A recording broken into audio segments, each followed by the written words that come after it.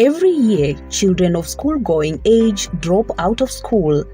According to the Kenya National Bureau of Statistics, the dropout rate for girls is 6.5% compared to 5.9% for boys of the same age. This largely fueled the need to implement the Education for Life program. It is true, in the village, we were experiencing a very big girl child dropout, and many did not even did their Kccb, and that was as a result of maybe early pregnancy. Education for Life, a program under Leave No Girl Behind, seeks to promote inclusive education by targeting vulnerable school dropouts from marginalized communities. So Education for Life project is a 5-year FCDO funded project. We are targeting girls who are 10 to 19 years old, who dropped out of school or who have not been to school because of different reasons for vulnerabilities, including disability or teenage pregnancy or marginalization as a result of household conflicts, or girls who have various challenges that were not able to continue with their education. The purpose of the program is to help them acquire literacy, numeracy, and life skills to enable them lead a fruitful life. The program is funded by the Foreign, Commonwealth and Development Office, with the Kenya Conference of Catholic Bishops (KCCB) directly overseeing the implementation of the project in Kisumu County. The project was rolled out in 3 cohorts in the year 2018, with the first phase expected to be complete by March 2023, having achieved an overall target of 5,000 girls in the selected 5 counties, which include Kisumu, Migori, Isiolo, Kilifi, and Garissa. Each county has a target of 1,000 girls with a number of 100 boys who are living with disability and are being included in the project. So the project has been in the 4th year up to July this year. And now we are on the final 5th year, which will be half year, and that's running from August to March. And the intention at the moment is just to work with the girls and transition them out of the project through graduation for those who have successfully achieved the objectives in the project, and linkage to other stakeholders like government institutions, private sector actors, for ongoing support for those who still need direct interventions, like girls with disability and boys with severe disability that will need ongoing support. In 2020, the country recorded the highest rate of child pregnancy and subsequent increase in school dropouts, with about 1.1 million children between the age of 6 and 13 reported to be out of school. The Education for Life program was actually to address the impact of COVID-19 on girls who, during the wrong lockdown, remember we closed schools for 9.5 months, and within those 9.5 months, many things happened to girls, and even boys. And the aim of the program was to ensure that within the shortest time possible, those girls are supported so that they are either rejoined, they are integrated back in primary schools, or they are given a skill to enable them continue with their life, support their children, and do whatever else they require. I conceived in 2020, the era of Corona, and one of the challenges was finances. Sometimes you want something and the person you want it from it, she also does not want, she also doesn't have it. So you are looking for another alternative, which I thought by then, I thought it was the best, but it is not the best. It is full of regrets.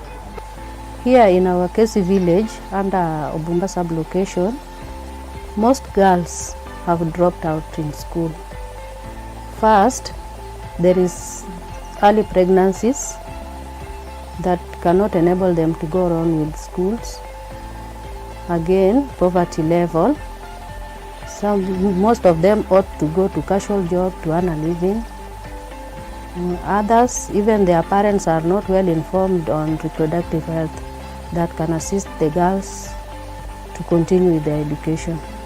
They prefer a boy child to go to school more than a girl child.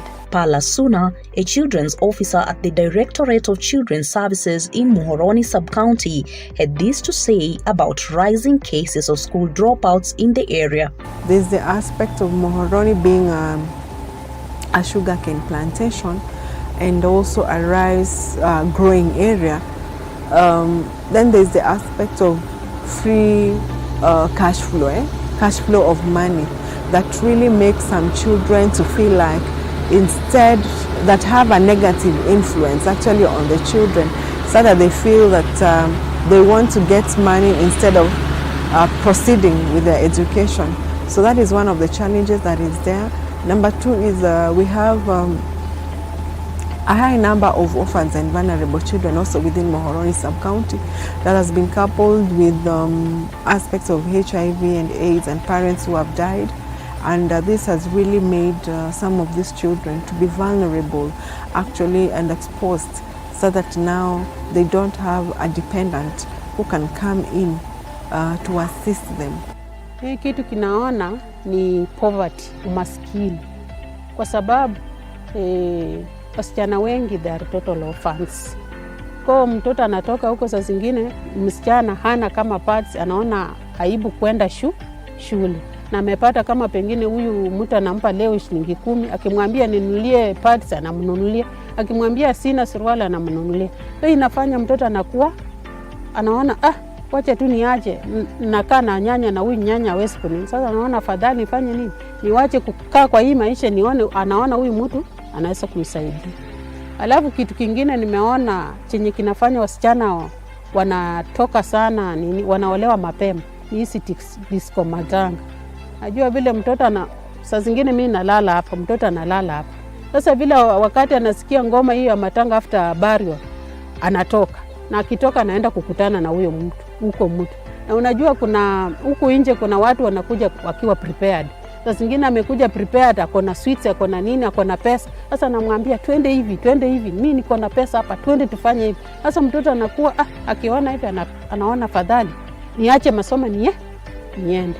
Capuchin TV Spotlight focused on Muhoroni, a constituency in Kisumu County in the Nyanza region of Kenya, and one of the 5 counties in which the Education for Life program was effected. Education for Life has enrolled 1,054 girls in Kisumu County, and we have transitioned them through different pathways. We have had 95 girls who have been reintegrated into primary schools, so they chose to go back to primary school, which is very good. We have 187 who have moved to vocational training centers, and there they take different courses, different technical courses ranging from tailoring to plumbing. We have 462 who have started their own small businesses, and we have 310 who have moved into training in entrepreneurship. The team has been working closely with the local authorities, including political and interdenominational religious leaders, in mobilization and implementation of this project. Strategy was to work with the village elders. We worked with religious leaders. We worked with the local administration, first to help them understand what exactly are we coming to do, and to make clear who are we, what do we stand for. And we are very clear on the values that we stand for. We believe in the dignity of life. We believe that every child needs to be given an opportunity. We do believe that children with disability have a place in society, and they have a right and they have a dignity, and that has to be respected by everybody. We work through existing government structures, and therefore as we close, we are very happy having engaged very intensely with government leaders at different cadres, that the benefits that we've achieved as a project will be sustained over time. Our first stop is at Ahero Vocational Training Center in Nyando constituency, which has the highest number of beneficiaries, majority of whom pursue courses traditionally believed to be cut out for men. We have 26 beneficiaries who are girls, and mainly they do various courses, male dominated. Like one, we have masonry. Some are taking masonry. Some are also in motor vehicle mechanics. And apart from those ones, some are also in hairdressing and beauty therapy. And again, food processing technology. So major, and lastly, some are in plumbing. So mainly these girls, they are really doing well.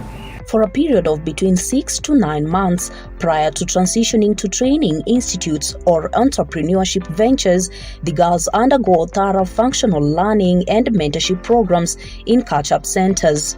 While we are at the catch-up center, we have the mentorship sessions. Mentors teach them most of the things. And again, the project involves the career counselors who talk to them at the catch-up center. That helps them to choose wisely. They teach them on entrepreneurship. They tell them about apprenticeship and even joining the vocational training centers. Tulichukuliwa na tukapelekwa kwa catch-up center ambayo inaitwa ni Achuodho catch-up center. Tukaendelea na masomo, lakini ilikuwa smart, ilikuwa nzuri. Kusoma tulikuwa tunasoma kufundishwa English, Kiswahili, mathematics, life skills. Hapo kwa life skills sasa nilisaidika kabisa. Nilipata mtoto kabla sijaingia kwa chuo kikuu. Na shida ilikuwa juu ya pesa, ili kaniunganisha na kwa na kutembea na wanaume ili nikapata mtoto. Kwa bahati nzuri watu wa KCCB wakakuja wakatuchukua. Kwa saizi nafikiria niko pahali, na hapa penye niko ndo ofisi yangu, na saizi na deal na mechanic. Being a mechanic has been her childhood dream, but it all seemed impossible when pregnancy forced her to drop out of school. Now it is no longer a dream but a reality, thanks to the Education for Life program. Sasa wengi wao kwa vijiji waliongea ati amerudisha mtu mwenye amezaa shule, lakini mamangu hakuchoka. Walinichukua wakanirudisha shule, wakabaki na mtoto kama wao. Nikafika darasa la 8, hapo ndo sasa pesa ikakosekana. Sasa hapo ndo nikakaa nyumbani. Tulikuwa tunafundishwa kwa life skill venye tunaweza kuishi kwa maisha venye tunaweza ishi kwa community, venye tunaweza ongea na watu wakubwa, venye hata unaweza kufanya usafi kwa nyumba yako, kuishi na bwanako, respect venye unaweza kumpatia, venye unaweza kukaa na respect kwa community. Hapo sasa ilinisaidia hata kukuwa na garden. Hapo kitchen garden yani. Hata saa hizi niko na mboga yenye nimepanda. Nikitoka nyumbani naweza kuchukua mboga kidogo niweke hapo, hiyo nikirudi naweza kujisaidia nayo. That phase had been completed and we successfully completed learning and closed all the catch-up centers. We had 37 catch-up centers within Kisumu County, and then thereafter the girls were transitioned into various pathways. That is the second outcome level, the transition. So the girls were transitioned to back to school for those who are interested in going back to formal education. Some girls transitioned to vocational skills training, so we transitioned them to vocational training centers. Others were transitioned to apprenticeship program where they were attached to community artisans for ongoing training as they work to acquire skills in the various trade areas that I've chosen, while others chose to do businesses, and therefore they were transitioned into entrepreneurship pathway. Nilipokuja sikuwa napata chochote. Sasa nilikuwa tunakuja najifunza, narudi. Najifunza na narudi. Alafu saizi ni kama naelekea na miaka moja, lakini niko na saizi na miezi 11. Kuanzia mwezi wa 6 hapo nilianza kupata mapato, hata kama sio mingi sana, lakini tukifanya kazi atanipatia kama ni transport ama nitapata pesa ya lunch na kidogo yenye naweza baki nayo hapo. Saizi pia ni vile vile, like sio mpato wengine sana kama venye yeye anaweza pata, lakini napata kidogo yenye naweza saidia nayo mtoto. It took the participation of educators, facilitators and mentors, both male and female, to successfully implement the project and to improve the quality of life among the out-of-school girls who benefited from the project in this area. In a Kyoto Catch-up Center, we had 10 staffs. That is 1 education facilitator, 2 teacher aide, 3 we had 3 mentors. 3 mentors were mentoring 10 girls each. 4 we had 5 childminders who were looking after the child for the girls. As an educator facilitator, I was trained multi-grade teaching. This involves separating girls according to their levels. We have 3 levels. We have those who cannot read and write at all, and then we have the middle class level who can at least do something, and then the advanced, those who at least can read a word. For the past 3 years, Millicent has been facilitating the Education for Life project in Achodho village, Ombei ward. She gives details of her journey with the girls from bottom to blossom. Under EFL project, we had the curriculum. The curriculum that we were taught involved many things. Most of the topics involve the day-to-day living of a girl. For example, health. Under health, we teach them how to go about when a disease attack them. 2, we have how you can do your market. You can do marketing, talk to customers, hygiene, day-to-day planning. So we teach them many things. And after they transited, those things have assisted them so much. As mentors, we were teaching life skill. Under life skill, we had different categories. Hiyo life skill ndio imenifunza kuishi, hata kuongea na Bwana. Mimi nilikuwa akiniongelesha, mimi nilikuwa naona kana anigombanisha. Kutoka utotoni nilikuwa napendanga vitu za kutengeneza na mkono. Tena vile walikuja kwa kufika mbeleni wakatuambia ati utachagua kosi yenu nataka, alafu unaenda. Sasa mimi vile waliniambia, nikasema kasi sijaenda mechanic na ninaenda carpentry. Nilikuwa na hizo target 2. Each center had 2 champions working with local authorities, mentors and mentees to protect girls from physical and emotional abuse. Tukuna facilitators, tukuna village elders, tukuna area assistant chief, tunaenda kwa baraza, tunasynthesize the community ili uone uzuri wa girl child. Kwa sababu kuna wakati walikuwa naona tu boy child hiyo nikienda kwa community. Lakini tunajaribu kuwaka sati kungekuwa kazi ndio mzuri. Upande wa hesabu nilisaidika katika hiyo biashara hiyo kurudisha change yani. Sasa hapo nilisaidika sana. Juu sikuwa najua hata kurudisha change, nikipatiwa 100 nitarudisha aje? Mtu akichukua kitu ya 20, nitampatia pesa ngapi? So hapo nilisaidiwa venye naweza kurudisha change, kuongea na customers. Ikifika upande wa lugha, Kiingereza, Kiswahili, hata saizi naweza kutamka Kiswahili vizuri. Tambo huko sikuwa naweza hata kufundisha watoto. Saizi niko na mtoto wa baby class. Akiniletea hizo vitu zenye hata homework naweza kumsaidia nayo. Hata saa zingine tunabadilisha maneno, anaweza kuniongelesha kwa Kiswahili na mimi pia nimjibu kwa Kiswahili. Hiyo singeweza kitambo. Juu saizi naye juu ya KCCB naweza kuongea vizuri kwa Kiswahili na nifundishe mtoto wangu vizuri. After formation in the centers, girls are at liberty to choose what to pursue based on their personal interests. We were told that you can go to VTI. Some were there for business. Some can go back to school. Then some of us come up with their own ideas to choose what they can do.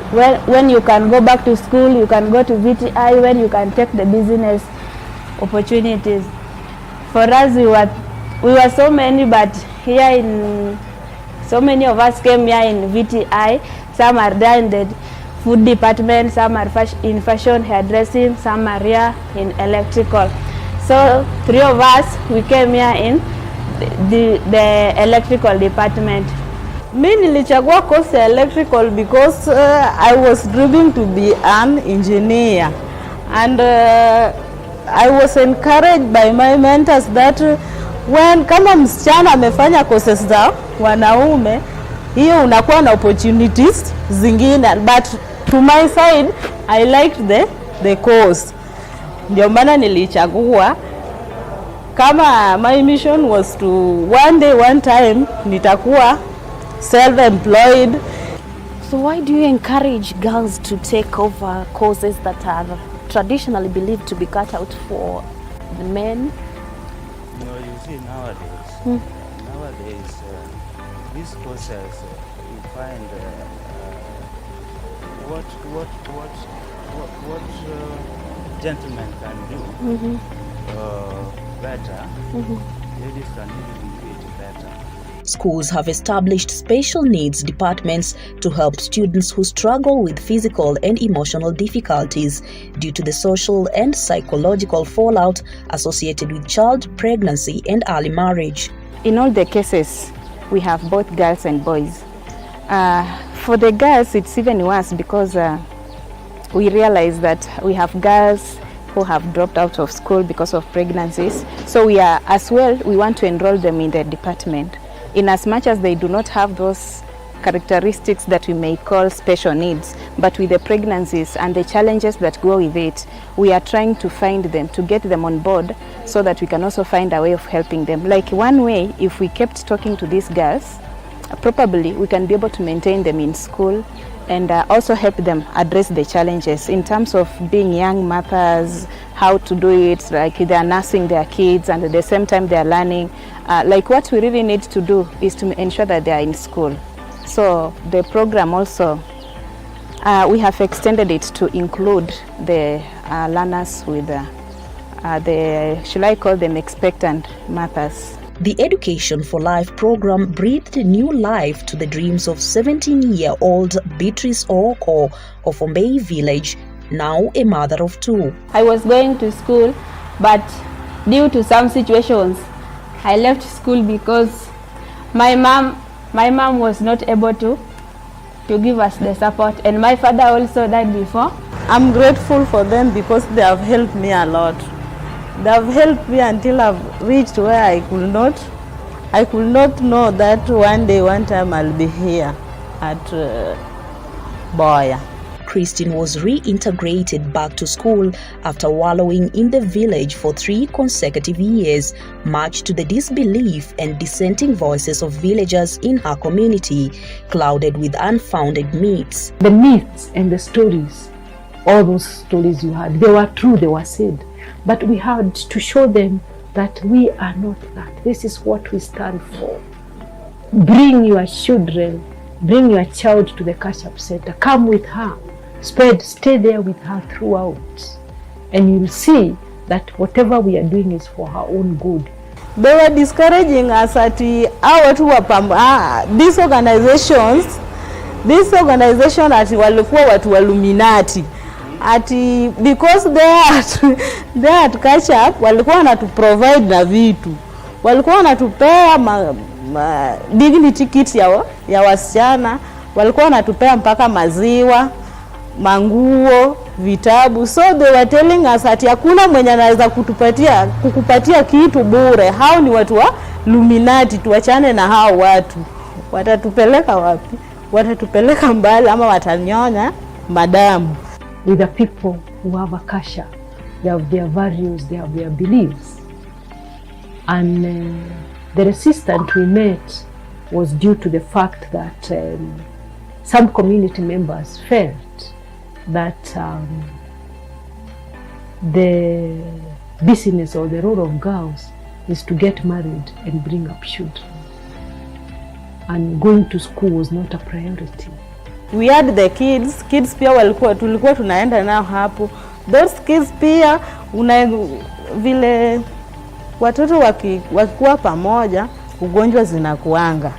So there, kama watoto wangekuwa wagonjwa hapo wangesema ati hawa watu wa KCCB hawa wamekuja wameanza kunyonya nini? Madamu, tuachane na hao watu. Alafu atuku give up. Tuliendelea tu mpaka ikafika the time for transition. Hapo in the transition pia walikuwa nasema tukikuja kwa transition hivyo tu ndio tutachukuliwa in the school. So pia tulikuwa discouraged. Tukikuja hapa pia tulikuwa tuna check the environment, but I thank you because up to now sijaona kitu ama dalili yoyote ya Illuminati. Na hata hao wenye walikuwa wanasema about the Illuminati wanataka up to now wanataka wafanye nini? Hapo mwanzo they were fearing pengine hii ni msaada wa nini hawa Illuminati ama nini, lakini saa hii wameona matunda kwa hao wa kwanza. Wameona wengine wako kwa biashara, wameona wengine wamepelekwa shule, wameona wengine wako kwa artisan, wameona wengine sasa wameona kumbe hili mradi ilikuwa real. So bado wanataka huu mradi urudi wasaidie. Tuanza kama watu wako na lewa hii neno ya girl child education. Lakini kwa wakati huu naona watu wanapenda sana tena wanataka tu iendelee. Kwa sababu kuna watu wengi sasa wanataka wanataka kusoma. Yes. Mara ya kwanza walikuwa wanafikiria walikuwa wanafikiria tu kwa marriage. Marriage, mtu akisa drop out from class 6 or 7. Sasa haona tu waolewe tu kuna kazi nyingine. Patrick, a father to 4 girls and a mentor in Education for Life project, underscores the value of educating a girl child and giving both boys and girls equal opportunities. Unafundisha msichana, unafundisha mvulana. Hizo zilikuwa na nyakati za zamani ambao kitamaduni ya zamani. Lakini nyakati vile dunia inaelemika, unapata saizi tumeingilia mpaka kufundisha fanya nini? Kufundisha wasichana na kufundisha wavulana. Kwa sababu tunajua hiyo ni wote ni sehemu moja. Mwishowe watakusaidia. Na msichana ni mtu ambao anakumbuka nyumbani. It is tofauti with vile kitamaduni ya kitambo with a man.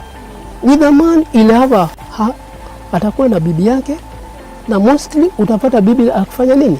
Akishughulika kwao. Lakini saizi ukikuwa na msichana atajaribu kama umpatie elimu mzuri atajaribu kujenga kwao. Hiyo nimeona hata kwa kijiji yetu. In school, I do interact with a lot of people.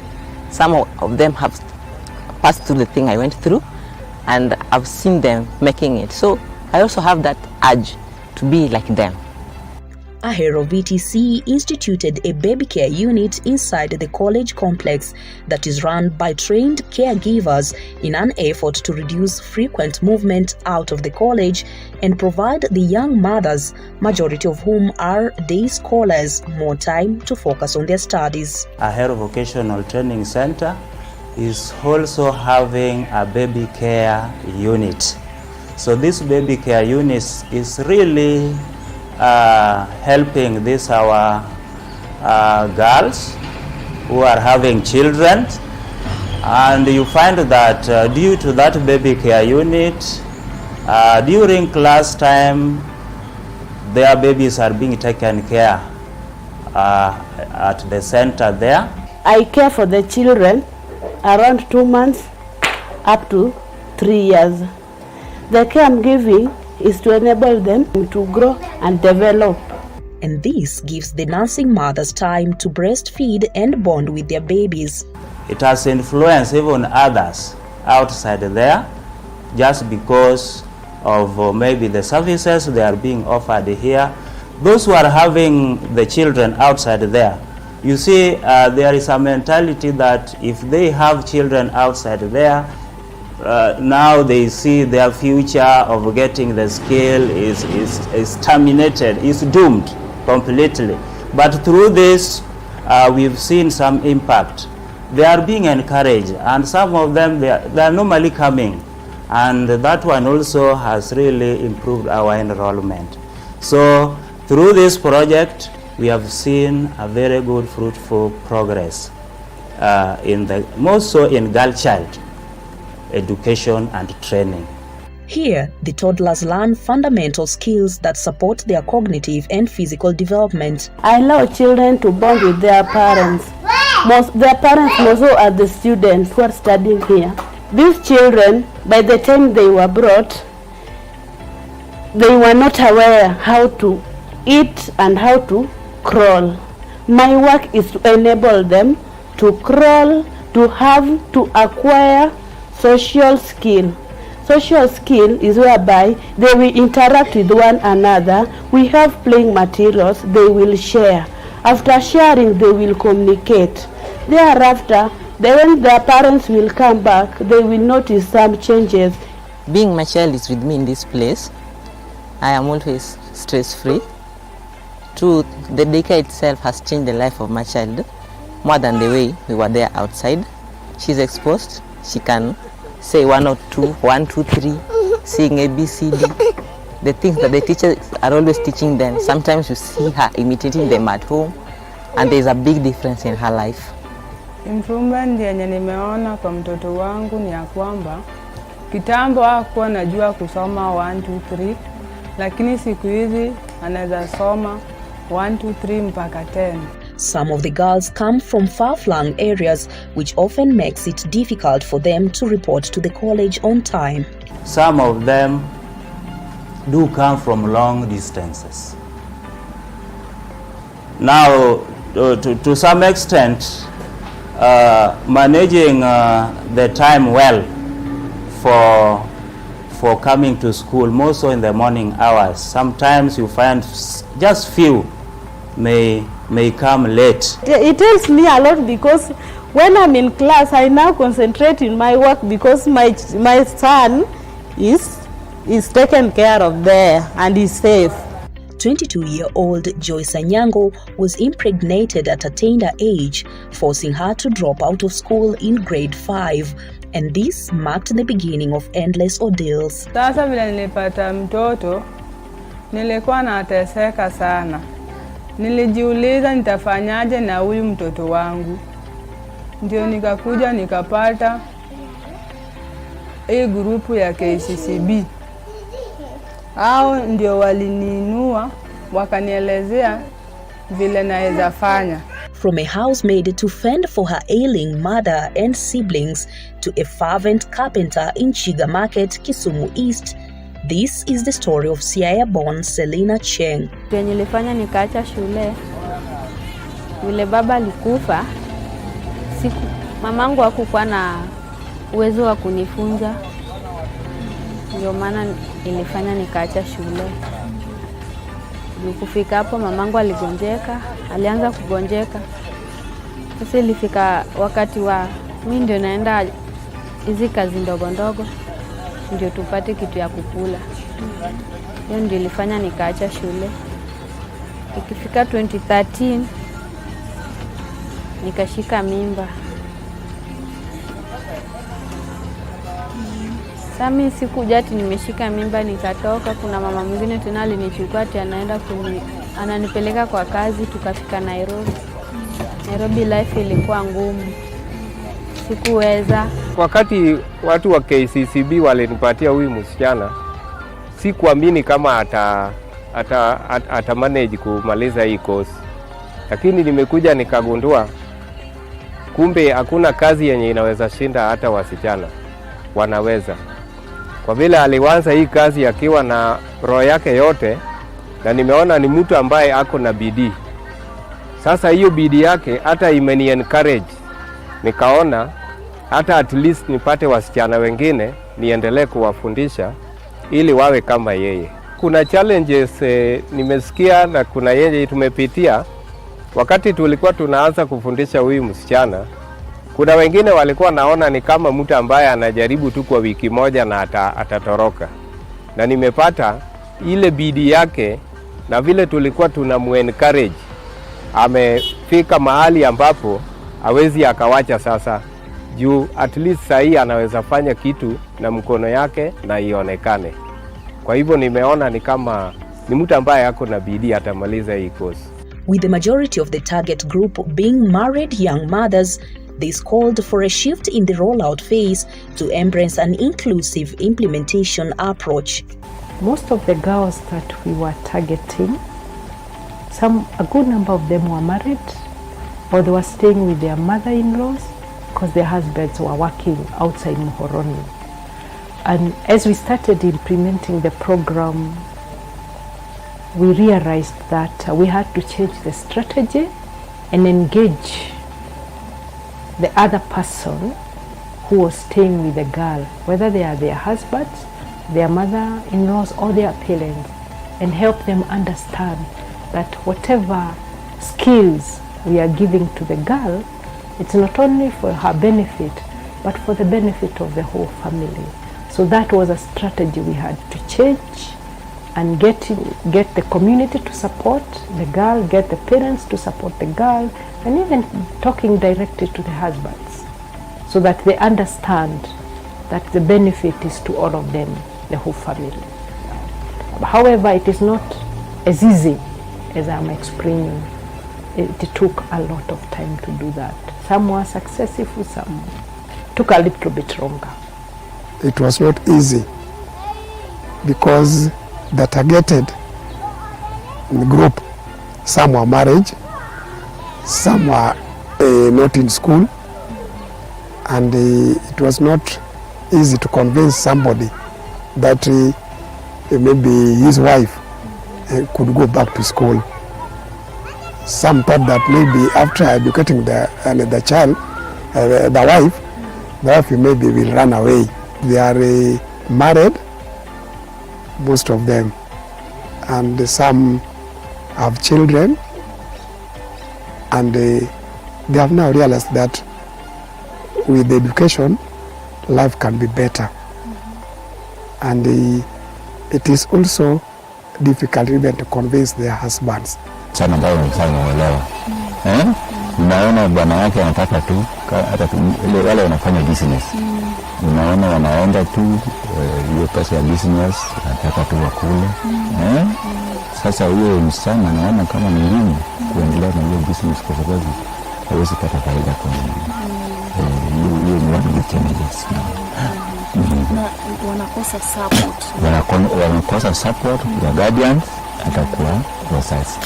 Sana hao marriage ladies saa nyingine wanakuwa na problem, lakini wakiwa problem tunakaa karibu nao, tunaita mkutano, tuna solve hizo problems kama male champions.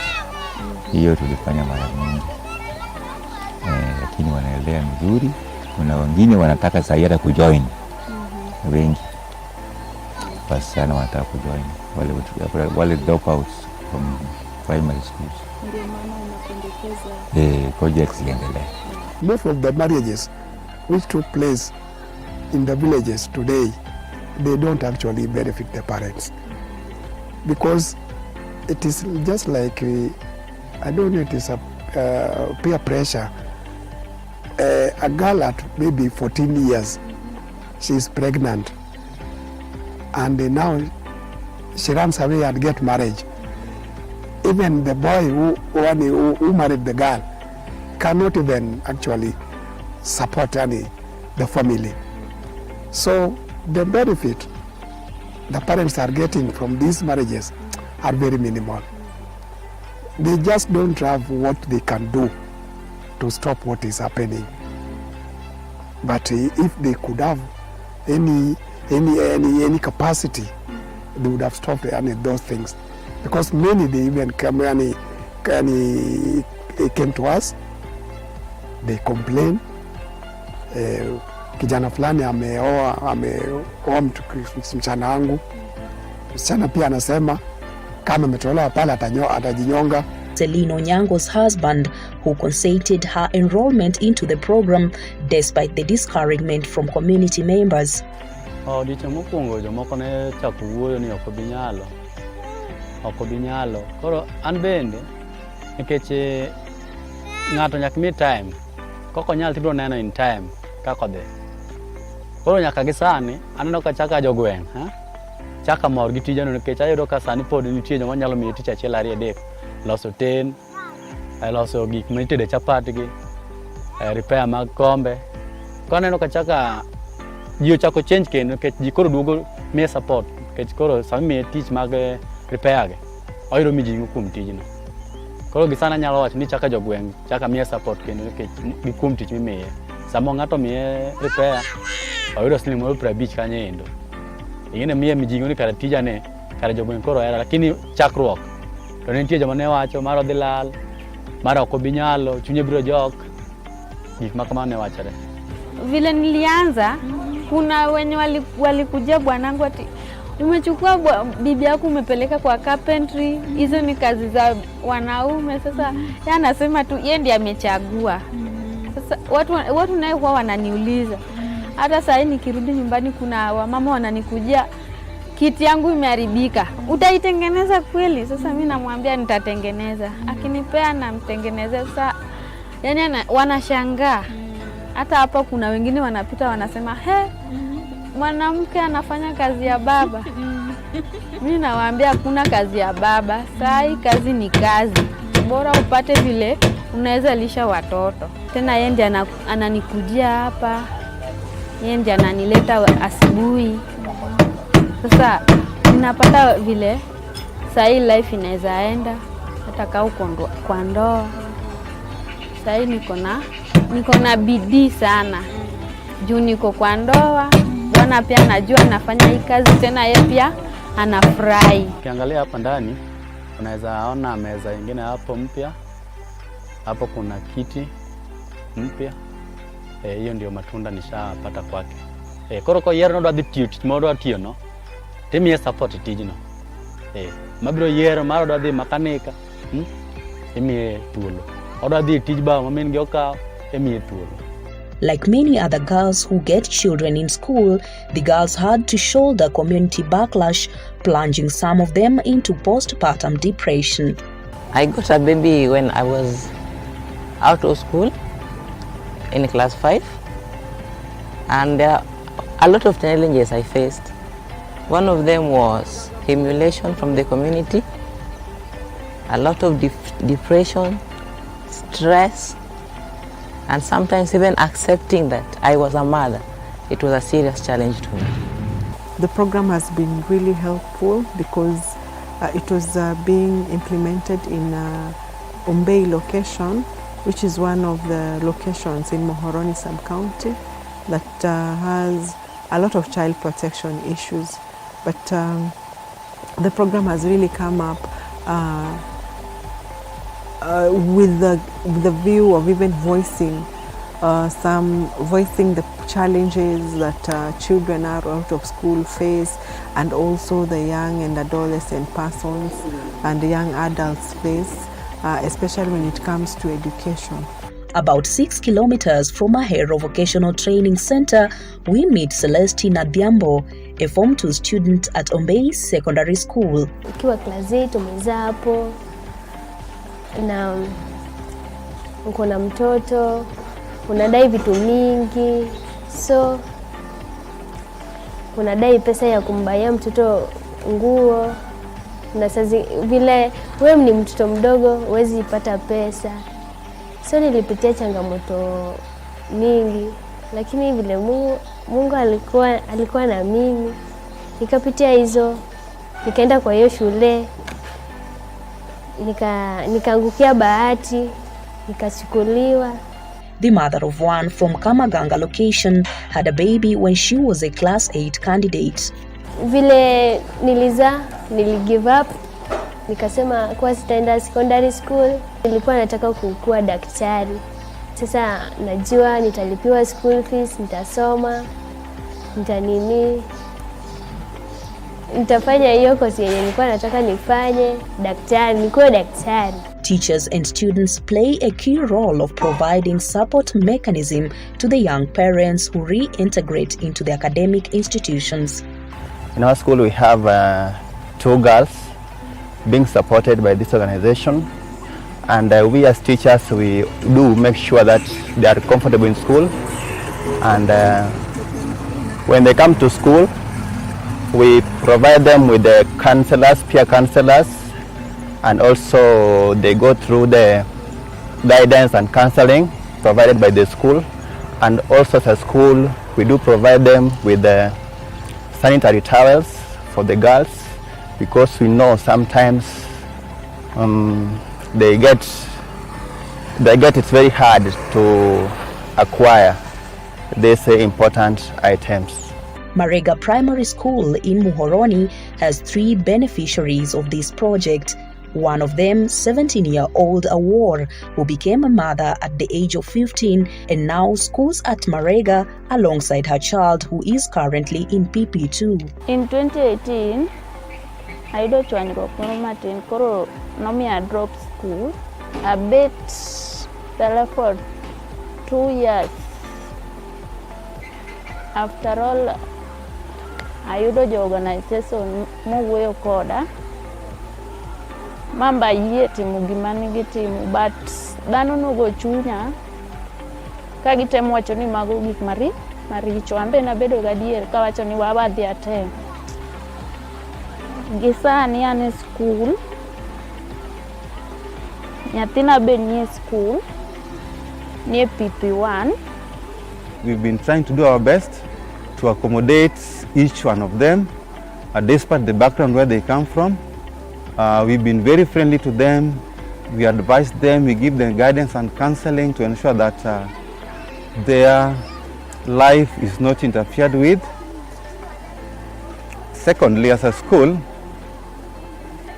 some of the challenges we are facing is that you find that most of their parents cannot even afford to buy for them books, the excess books required, the other learning resources like textbooks. So the school, that is where the school is now coming in.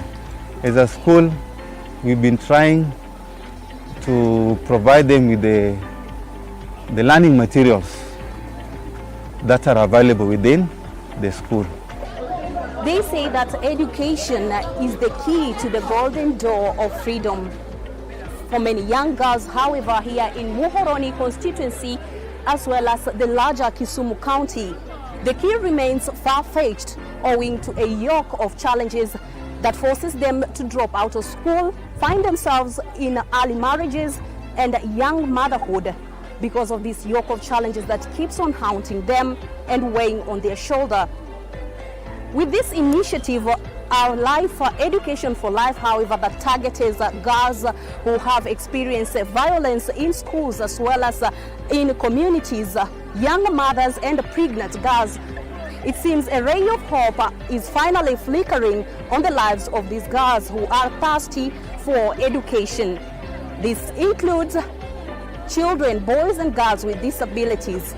Education for Life, leaving no girl behind in as far as steering individual, community and the society development ahead.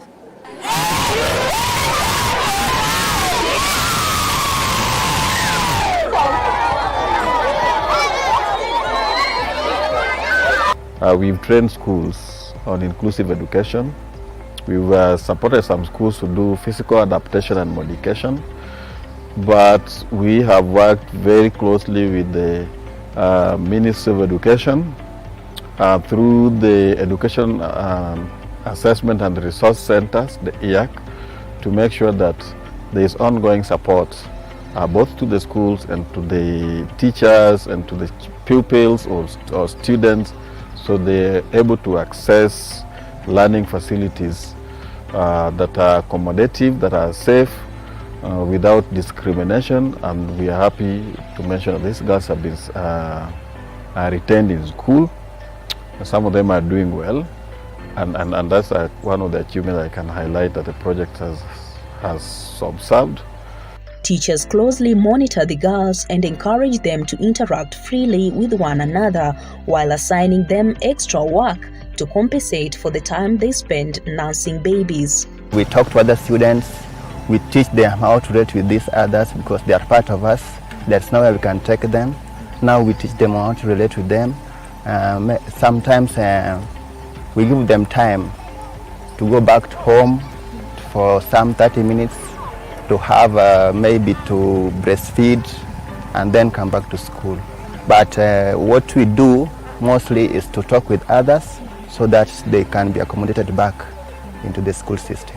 I feel if we can find a way of getting them to be able to have some time for probably to breastfeed and come back, especially if like from around, not so far from the school or probably around the school. But another way, we organize in such a way that whenever they need to go out, we give them permission to go for instance, for clinics, for checkups and the likes. And you know, by that, we encourage them in as much as it was a mistake in the first case, but something that has been done and cannot be undone, just like that, we have to deal with it. So we help them to deal with the issues. We as teachers, we don't encourage abortion. When it happens, we advise the parents to accept them and also the girls to accept what they are, and then they do that. We give them time to give birth, and then we talk to them to come back to school strong. Wachopo ka kar ohala mar Quinta Adhiambo in Achuodho village, Muhoroni constituency. So this is one of the beneficiaries of the KCCB, Education for Life, leaving no girl behind. Mimi nataka ni tengeneze hii nyumba yangu ikuwe biashara kubwa, food and beverages. Really performing, just like others, they are really performing. You see now there is no big difference between the other student and them, because now they are at a uniform level. So you find they are motivated just like others. They perform in all those co-curriculum activities. We have seen that, and even their performance in their academics is also is good. Yeah, generally it is good. The program has so far benefited more than 1,000 girls in Kisumu's Muhoroni constituency. By the end of 2022, KCCB was supporting 1,000 girls in the sub-county of Muhoroni. And we were working in partnership with Kisumu Urban Apostolate Program, which is also under the Archdiocese of Kisumu. To that extent, we were able to achieve the objective. And I think for me, the most fulfilling part of it is the support to the children with disability and special needs, because the Education for Life specifically went out to identify girls who have special needs. We had a lot of girls with a few with mental disability, a good number with autism, others physically disabled. And not only were we able to support the ones that were physical disabilities, even with treatment for correction of whatever disability they have. That was done. And we were able to get the parents of the ones with special needs, give them some skills, support them even with entrepreneurship skills so that they are able to support their children. The project has also helped in reinforcing existing legislation that protect children against abuse, as well as enlightening community resource persons and victims about their rights. We directly worked with government structures. We worked with the Directorate of Children's Services from the county to sub-county, to the rural villages where we have volunteer children officers. And we also work with our child protection structures, like we have the county child advisory committees, so which has runs from all the way from the national to the National Council of Children Services through to the county, and then the locational county children advisory committees. So before they were called area advisory council. So we work with them even at the location level to address some of these issues around child abuse, teenage pregnancy and child marriages. We at the village level, the chief is the chair of the advisory committee. Then there is the volunteer children officers. So we build capacities around this. We empowered girls about their rights. We strengthened the reporting structures. We mobilized communities and created awareness. And we had very strong engagement about prevention, identification, and reporting of abuse against children. So our role ends at that point. When we get a girl who is in a marriage and is a child, we are obligated to report that to the sub-county children officer. So then the government processes are initiated. For all the cases that we have of child marriages, teenage pregnancies, sexual abuse, all those cases were promptly reported to government authorities. But we also work with the survivors, to improve their safeties, to provide counseling, and provide psychosocial support, and to link to other support programs like for health, or even sometimes even pay, cost of medication, so that these girls, the welfare and safety is improved. Program is facing out, then at least there's that collaboration with the various departments within government, so that the Directorate of Social Development as well as the Directorate of Children's Services, just to see that the ones that have not been really linked to the various social protection services, that they're able to be linked, and they continue to get the assistance even as this particular program comes to an end.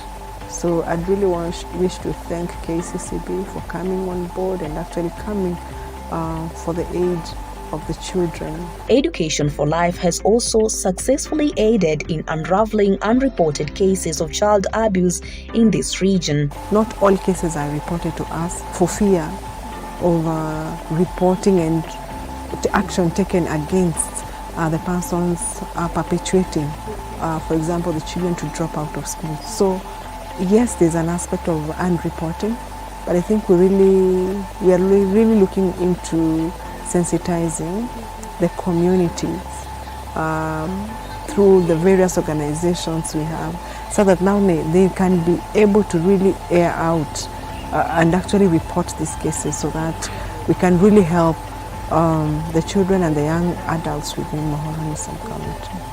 With 90% of objectives met, the group, working in liaison with the Kisumu County Children Department and the Gender Docket, has propounded empirical policies that seek to bolster up child protection initiatives in the region. The Children Department is a big partner in this program at the county level, and they support us in tracking. Even for those we did lose a few girls who relocated with their families, even to outside the county. And the children's service is able to, the children department is able to track them. We have, to a larger extent, achieved the objectives under the transition outcome area. Of course, there are some areas that we are working on at the moment as we close out the project. And then the last subjective outcome area is sustainability. And this is very critical because all the model that we've implemented, the initiative that we've started, we have been working towards transition and making sure that they can be documented, they are cascaded, they are replicated, and they're adopted or adjusted in other ways to make them function within the country. So we are engaged in a lot of policy work. Specifically for Kisumu, we have worked very closely with the Directorate of Children Services, County Gender Department, to fast-track development of Kisumu County Child Protection Policy, which is now in the drafting stage. And we have already, the county government is looking for other partners to continue with the work. We also work very closely with the County Directorate of Vocational Education and Training to develop Kisumu County Vocational Education Training Policy. Hii project kwanza ili enlighten the girl child. Ni kwamba kweli kumbe kuna nafasi na maisha yangu inaweza kufanya nini? Kwani kuwa mzuri kuliko vile nilivyo. So kitu iko kwa ground sana sana. Out of those benefited like the girl child, wengine wanatamani tu warudi shule. They are not convinced with the marriage they are today.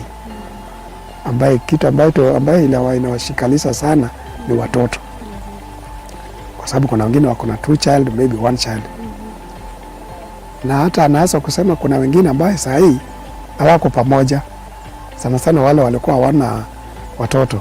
Education for Life team is also in touch with the Kisumu County Assembly Legal Unit to expedite the process of assenting the proposed draft bill, which will ensure vulnerable girls are funded to access quality education. With our lead partner, ActionAid, we have been able to participate very proactively in the development of alternative education policy at the national level, and that takes care of catch-up sessions, remedial learning, and we hope once this policy is passed through and is sees the day, it will really help government to reorganize itself to target children who are not in formal education but would want to continue with learning through the catch-up model that we've implemented. Members of the local communities attest to the positive impacts of the project in communities, with calls for extension of the program to accommodate more girls, dominating their appeals. The community came to appreciate that it is important for children to be around to be children to be supported to go to school and complete school, because education is what opens door for them. That in itself, the community in Muhoroni has become really supportive to education. So it's not just for the girls that we are targeting, but even for the whole lot of the children in that sub-county. More so, even for boys. We're working with a few boys, especially the ones with some special needs and disability, and the community was very supportive. And that's why you'll find that our catch-up centers were right in the community, because when we exit, then those children will be left with that community. Yeah, our priority this year and part of last year was to prepare communities for our exit. And we have had engagements with the girls themselves, their families, and their local leaders. And there has been a lot of calls for extension because our model was unique, and I worked very closely with the community leadership to design or to adjust our project in a way that responds to their concerns.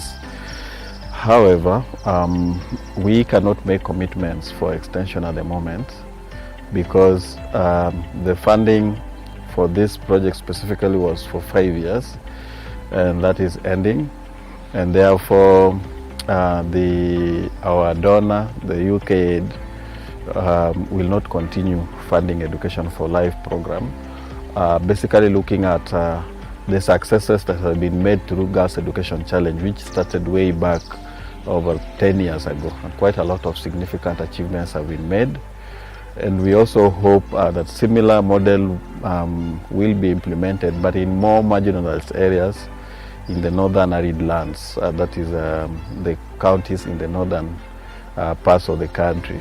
And now that the program is phasing out, What next for the thousands of beneficiaries who are yet to complete their respective courses? One of the objectives of the program is sustainability. So for the 2 years we have been in Muhoroni, we have been working very, very closely with the county government of Kisumu, so that when the program is phased out, those girls continue to be supported.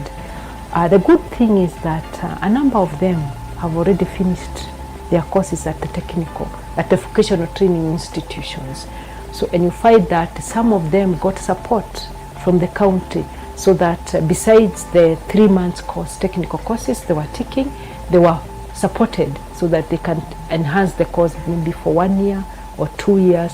And that means by the time they are coming out, they will be better skilled either to start their own businesses or to get employment somewhere. Working with the county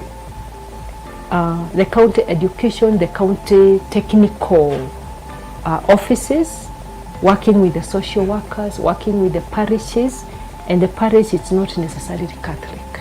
It is the parishes of where those girls worship that ensures sustainability. There is also a lot of counseling that goes on. There's mentorship, so that even those who start businesses, they are supported by local entrepreneurs to ensure that their businesses succeed. And that is all documented. And our team on the ground will give some support maybe for 2 or 3 months after the program is phased out. As much as the program is phasing out, then at least there's that collaboration with the various departments within government, such as the Directorate of Social Development as well as the Directorate of Children's Services, just to see that the ones that have not been really linked to the various social protection services, that they are able to be linked, and they continue to get the assistance even as this particular program comes to an end. So I'd really wish to thank KCCB for coming on board and actually coming for the aid of the children. Some have been now integrated in the community. Kuna mwingine alikuwa anafanya tailoring. Kweli baada ya kuwa fundi hana chochote, ni fundi tu pale.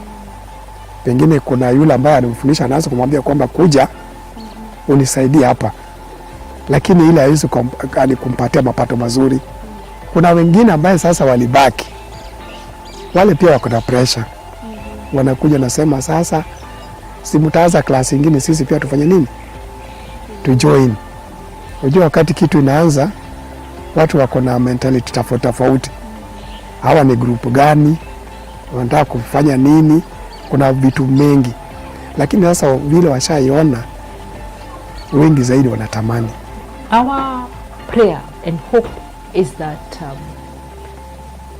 since a lot of mentorship has gone on for those girls and boys, they will start in their own way supported. They have been supported so that they are able to bring others on board and help them. They serve as the role models, as the mentors of other boys and girls who may drop out of school for any reason. And this is why for us, our entry point being the parish, it's easier to follow them up. The beneficiaries have expressed their gratitude to the financiers and implementing team as they remain hopeful of running successful startups that will provide opportunities for girls who suffer the same fate. Umenifikisha mahali, ninawapongeza sana. Na bado wakuwe tu na hiyo moyo, wasaidie watu wengine kama mimi. Wamenisaidia sana. One, I can say thank you to the KCCB community. They have added a lot of impact in my life. They brought these mentors in the community who are teaching us, especially the life skill part, really changed my life. It made me to accept who I am as a mother and what I can be in future. Because before I had big ambitions, but after that I never expected it. I could be here I am today. I say thank you to them.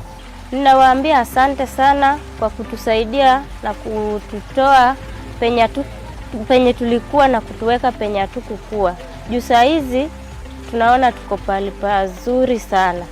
One of my expectations is that I become one of the best fashionists outside here.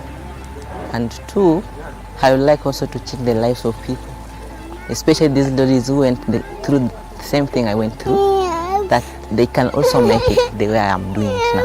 Nilikuwa natamani nipate hata kitu ya kufanya. Nikitoka hapa natamani nifungue hata palipangu. Mimi pia nikuwe na workshop yangu yenye mimi ndio nina manage. Community leaders and other stakeholders have equally lauded the project, citing the impacts it has had not only to the plight of the recipients but also to the lives of other community members indirectly. Kwa sababu tangu hii projects ingia hapa kwetu, tuliona walifanya mzuri. Hata kwa kila app center, kwa kila center, catch up center, mimi naona vitu yao. Kama wamepata kama kuna choo, wanajenga choo. Wakipata kama kuna chairs kwa kanisa, wanaweka chairs kwa kanisa.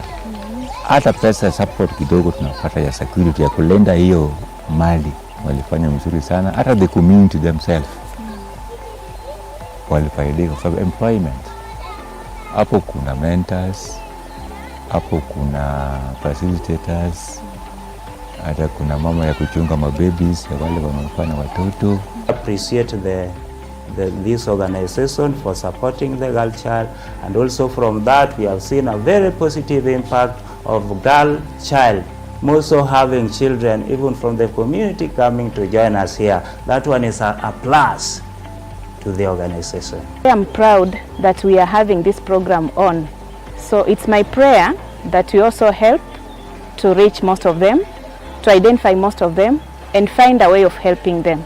Key contributors and beneficiaries now appeal to the program leaders to provide startup toolkits to more students to enable them embark on practicing their technical skills upon graduation. After their training, after graduating, going outside there, at least they have the tools, the basic tools and equipments for them to start their own businesses. We've given kits for girls who completed welding, girls who completed electrical and wiring. We've given kits to girls who did carpentry. We've given kits to girls who did masonry.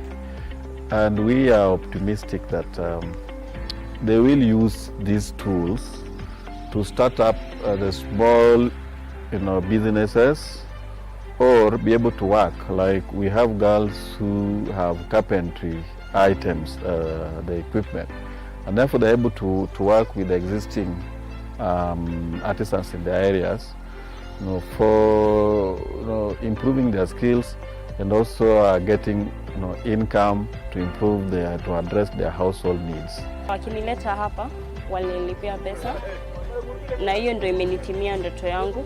Hata tukiwa kwa shule huko kwa center walikuwa wanatusaidia, walikuwa wanatuletea mahitaji zetu kama sanitary towels, walituletea vitabu, walituletea vitu mingi sana zenye tungeweza tafuta nje.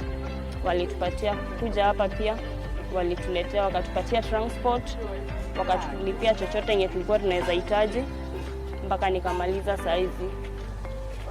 Pia wakaniletea kani materials zangu zenye naweza hitaji hapa kwa garage, pia waliniletea. Ndio. Waliniletea tools, waliniletea kila kitu yenye naweza hitaji. Sasa niko nazo zote kwa mkono wangu.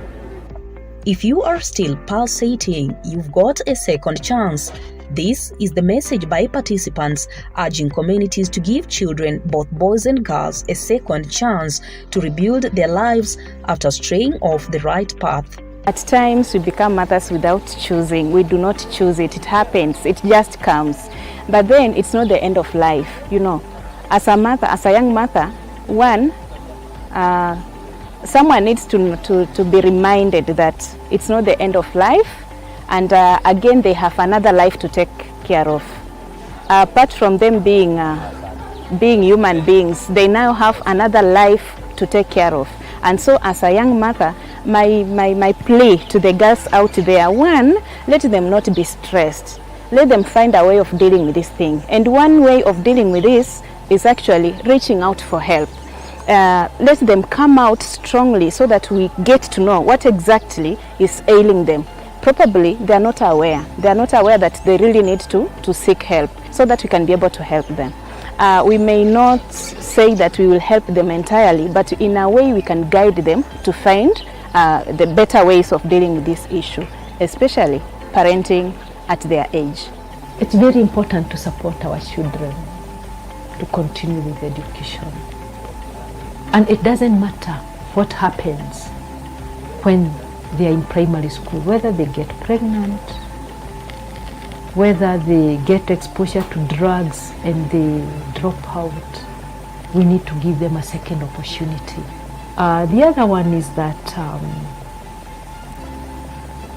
as a church and as a country, we need to really look at the way we are forming children in primary and in high school. We need to really focus on character formation and on values development. Participants have also called upon the government and the many stakeholders to raise public awareness of issues affecting children, including those with special needs. Government, what the county, in collaboration with the faith-based, need to do is to sensitize the public on what they should do when such things happen. And finally, to ensure that girls who may drop out of schools due to pregnancy are supported, so that those who want to go back are reintegrated, those who want to take a different pathway, they are supported. But we should never, never, never condemn a child because they got pregnant or because they have a disability. That's not in order. All of them, I would say, are made in the image and likeness of God, and all of us have the responsibility to support them to live their life and live it to the full. Tujue mtoto ni mtoto ndo kesho ndo atakuwa leader hata kwa hizo makanisa zao. Lazima tutoke, tuchangie, tusaidie vile hii program ya KCB vile imesaidia hapa Muhoroni constituency. Sana sana tuwachangie, tuone vile tunaweza elimu nini wasichana wadogo. Kwa sababu kama kanisa, lazima kanisa ikuwa mstari wa mbele. Kwa sababu katika kanisa kuna vitu ambavyo zinafundisha muhimu wa kufuata njia katika hizi sana katika hizi ndoa za mapema za wasichana. Lazima tukuwaelimisha wasichana wetu katika kwa kanisa zetu, kuwafundisha njia nzuri ambao wanatufanya nini wanaweza fuata, wasiingilie ile ndoa ya mapema. Wakati tulikuwa tunatembea kwa household, walikuja wengi. Sasa wengi na walikuwa wanataka 30 peke yake pakacha. Sasa hao wengine wakarudi, hawakuenda vizuri, walisikia vibaya. The criteria was wenye walikuja mbele ndio walichukuliwa. Wenye walikuja after hiyo namba imekatilika, waliwakataza, namba imetosha. To their parents, provide them with the necessary, give them support, and also encourage them. Don't make them feel that they are not part of the family, so that they can do something wrong to their children. Then to the girls, this one happens maybe once in a while, one among the hundreds. Don't be discouraged.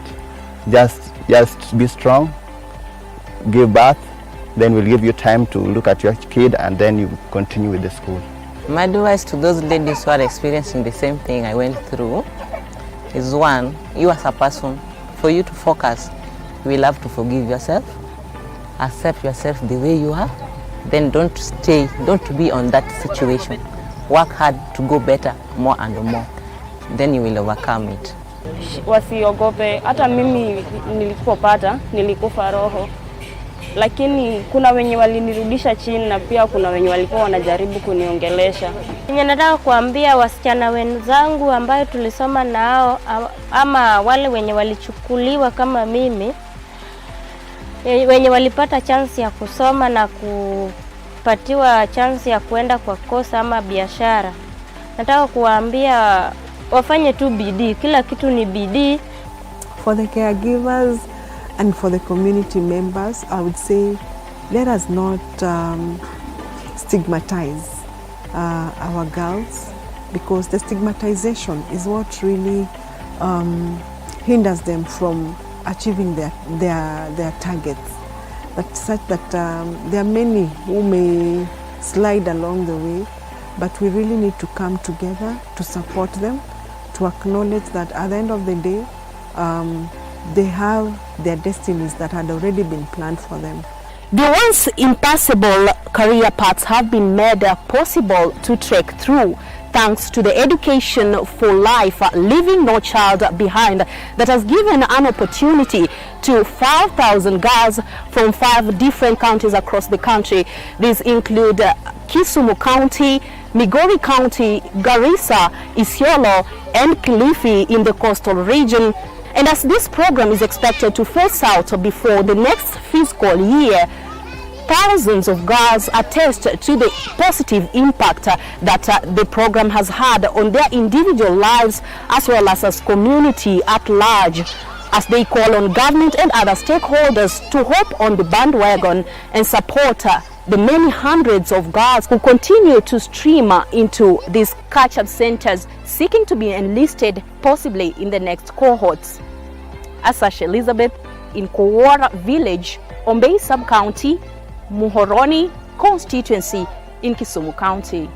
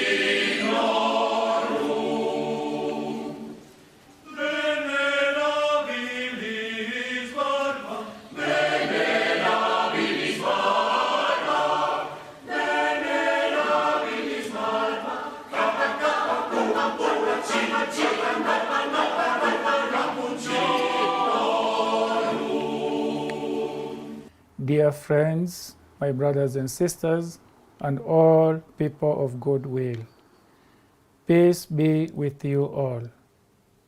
My name is Father Arnold Ishirima, the Superior of the Capuchins in Kenya. On 5th October 2023, the Capuchins will have our annual Family Day and a fundraising to be held at St. Jude's Chapel, Rafter Road, Westlands, Nairobi.